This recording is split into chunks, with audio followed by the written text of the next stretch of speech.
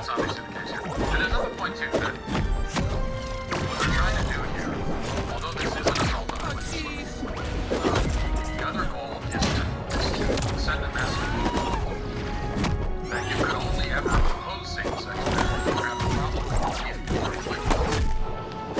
Which isn't true. That's just not true. Match point! Red team! Yes, it is actually No! Match point! Blue team! or a member of any of the or many other religions. You cannot be an advocate for same-sex marriage. It's also true that you don't actually in adherence to the American religion to see that same-sex marriage doesn't make any sense. Don't oppose it. Victory! Which is that, as I've tried to explain, the relationship between a man and a woman, that sort of relationship in principle, is different it's different in kind, it's different in function from the relationship between a man and a man and a woman and a woman, because of the capacity that it has, because of the potential that it has, because of its procreative capacity. And because it has that capacity, it is a different sort of thing, and should be called something different, and should be protected by society, and given a pride of place, and incentivized, especially if you want to reverse the population decline, incentivized in a way that none of these other relationships should be or need to be. There's no argument, there is no rational argument for legally recognizing the love that a same-sex couple has for each other. Why does that need to be legally recognized? Why does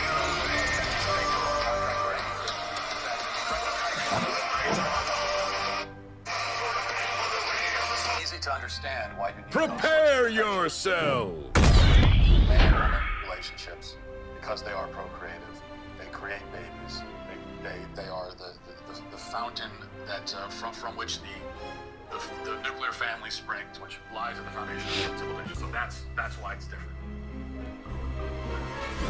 And although it may be true that religious people are more likely to see this reality, you don't actually need to be religious to see it. And the other thing too is that this is all being done on dishonest grounds, and you know that if you listen to the question. So here's Senator Tammy Bolton on the floor of the Senate, making her pitch for this.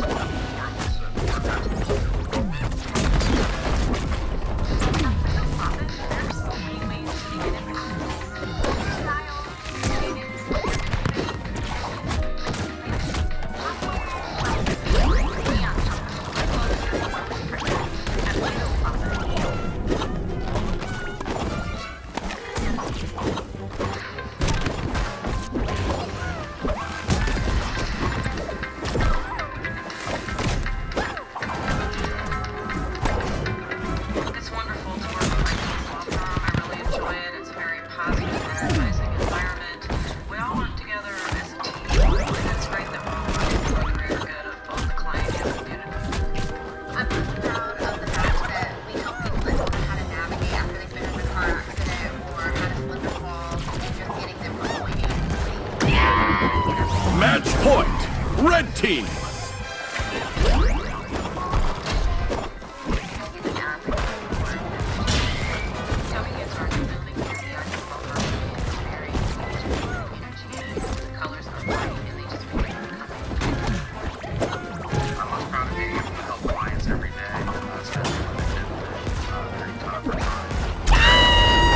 Match point! Blue team!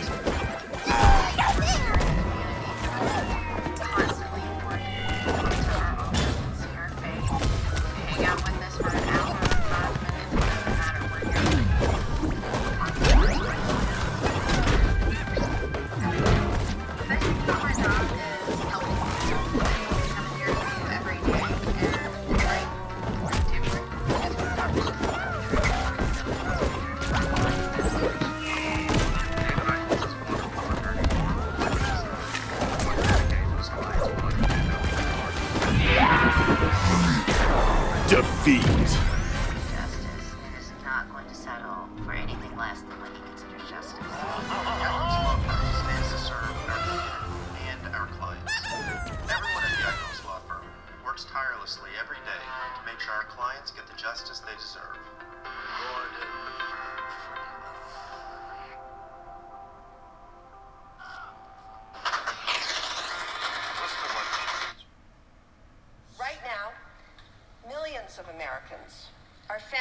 members, our neighbors, our congressional staff members, and certainly our constituents are scared.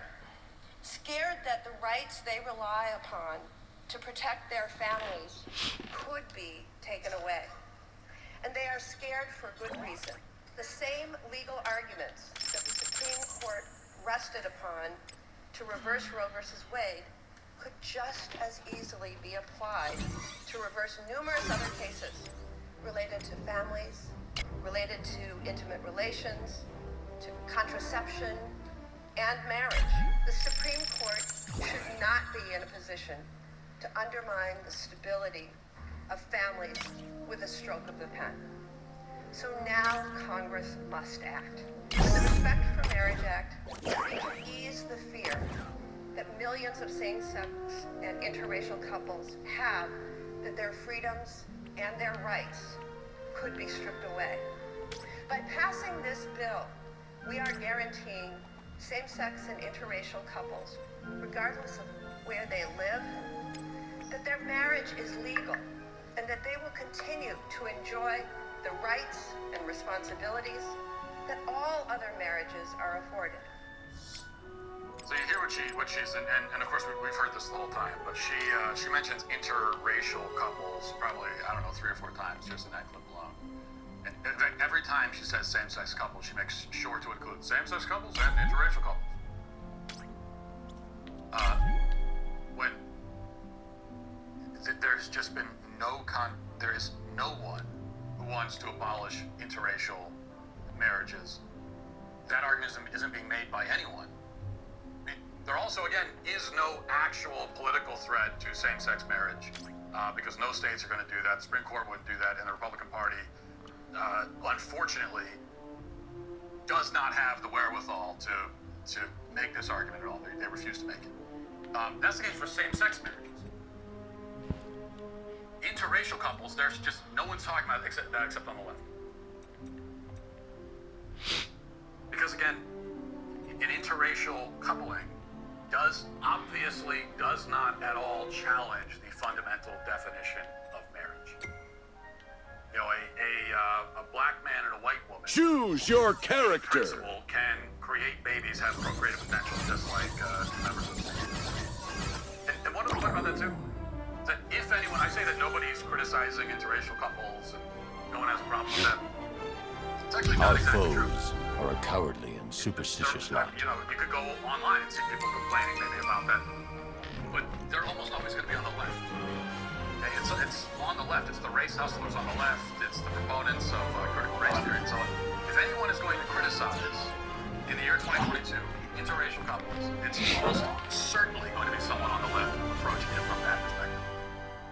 Robot, where can I find a therapist? Prepare yourself! The challenge to interracial couplings, if it exists at all, is coming from inside on the Democratic side. All right.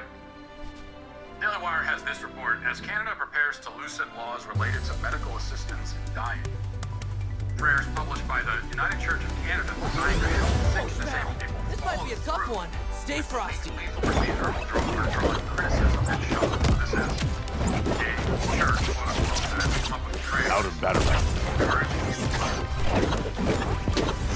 Although euthanasia has been available to Canadians for the past 6 years, the nation partly considered amendments to the criminal code last year to expand the availability of the practice. Other changes that citizens possessing only a mental illness can now request euthanasia starting next spring, whereas the practice was originally limited to individuals with serious physical illnesses or disability. We've been talking about this on this show. Canada, euthanasia is threatening to become, it already is one of the leading causes of death in Canada. As they are taking this, what they call the main law, medical dying, and they are aggressively expanding it to include more and more private. Match point. Blue team. Euthanasia conversation for That really rattled my brain. I wish I had my already stuff. on their deathbed or terminally ill, or going to die anyway for this. Long gone the days when that's Match point. Red team. And even then, even when I was just focused on that population, I opposed it. And this is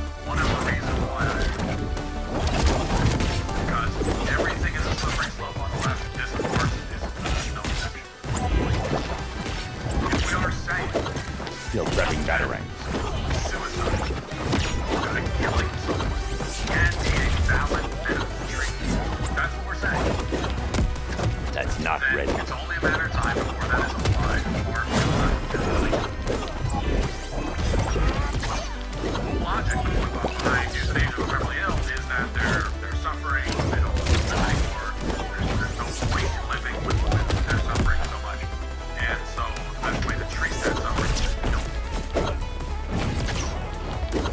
It's not that far of a jump at all. In fact, it's not even a step. See how I think if that's true with terminally ill people, then yeah, why not someone else? Why not someone else struggling at that level? They're suffering too. As far as they can see it, there's no end to the suffering. Life is suffering. And so, this is how Lag, we treat Defeat. Anyway, back to the United Church of Canada. It's called the Prayer in the Midst of Fear, which is co-authored by United Church of Canada minister Continue. and president of Dying with Dignity, an advocacy group which supported the legalization of assisted suicide in Canada. It can be described as an exercise in radical autonomy. The supplication centers upon asking God that family members Choose your will accept their loved character. one's decision to kill themselves with the aid of medical professionals. Making no mention of eternal life secured through the death and resurrection of Jesus Christ, the prayer attempts to embrace an uncertainty about death. They'll So here's part never of the see me prayer. coming. Again, this was devised by the United Church of Canada. It says, I am afraid, I feel fear penetrating my mind and my heart. I feel fear in my gut. I am afraid to die. I do not know what lies beyond the barrier of death. I am afraid to release myself to the great unknown. I am heartbroken and afraid to leave my family. I'm still needed. I've let go of hope and healing. I hold on to hope. and Prepare yourself. I'm afraid that my family and loved ones, children and grandchildren will be troubled when I tell them I plan to die using medical aid in dying. But in the midst of my fear, I have hope that my family and loved ones, children and grandchildren will understand the choice to end my suffering. I hope they'll be proud of my decision, will understand that me is Tell me, consistent with the love do and you passion of bleed? Jesus. This is obviously not Christian. This is demonic incantation.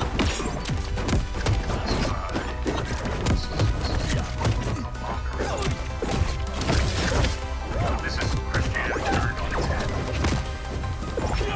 Because Christianity is a religion, a faith.